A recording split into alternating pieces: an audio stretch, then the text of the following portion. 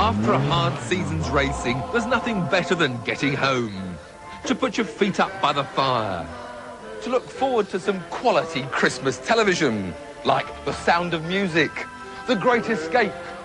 Ah, and of course, Morecambe and Wise. And then you remember you've got children, and they've got video games. Mind you, it's not necessarily all bad news, because... kids!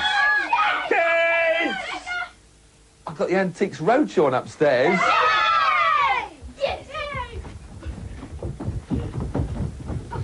Some of the latest games provide some pretty realistic indoor motorsport.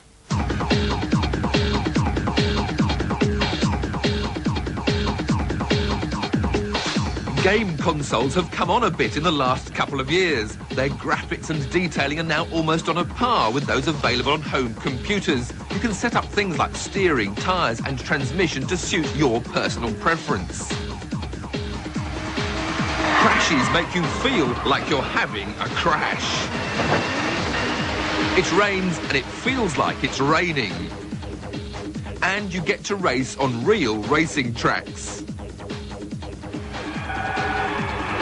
In order to get on board and start lapping up the action, you'll need to begin by getting a console. Contenders ready? 3, 2, 1, go! Now this Sega Rally, this is something we've all seen before. We all know how to play it. It's been around for what seems like ages, and it's still great fun to race on. But the cars are now getting a bit out of date. This steering wheel just adds that lovely touch of reality. It's these jumps in the Sega Rally that make you feel as if you're right on board. Oh, you always feel the bumps, but it comes back down to earth again. But the time's up. Time's up? What do you mean my time's up? I haven't finished yet. On your mark. This karting, like the Sega Rally, really does get you involved. It gets you racing against the competition.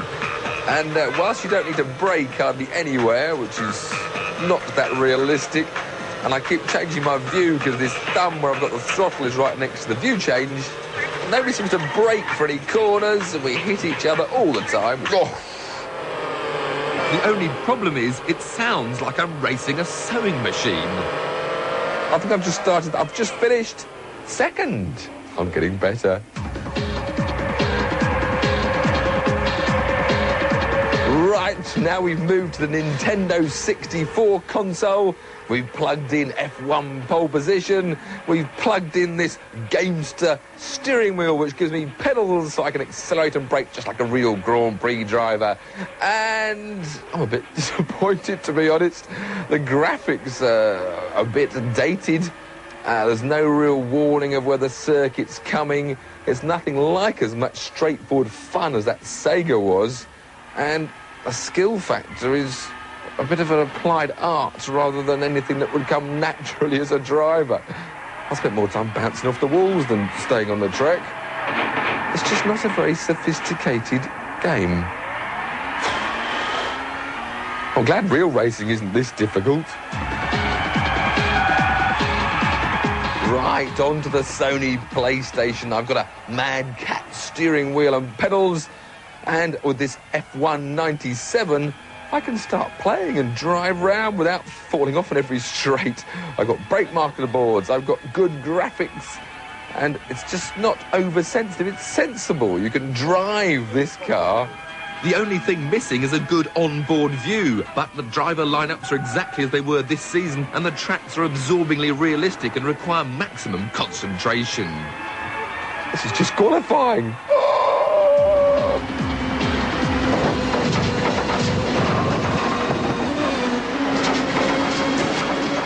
Probably the most realistic of these console games that I've discovered is this latest Touring Car Championship on the Sony PlayStation. Well, I've got a sequential gearbox, just like a real thing. And when you go on board with the driver, every time you punch for another gear, the hand comes off the steering wheel to change. Mind you, they have a strange-looking hands.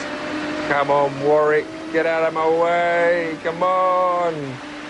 Down to the hairpin, third lock over, power on, you clip the curb, the car rocks and broncos.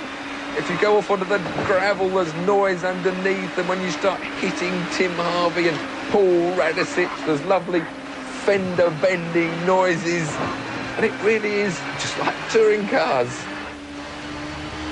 But however realistic these computer games get, they'll never be quite the same as the real thing.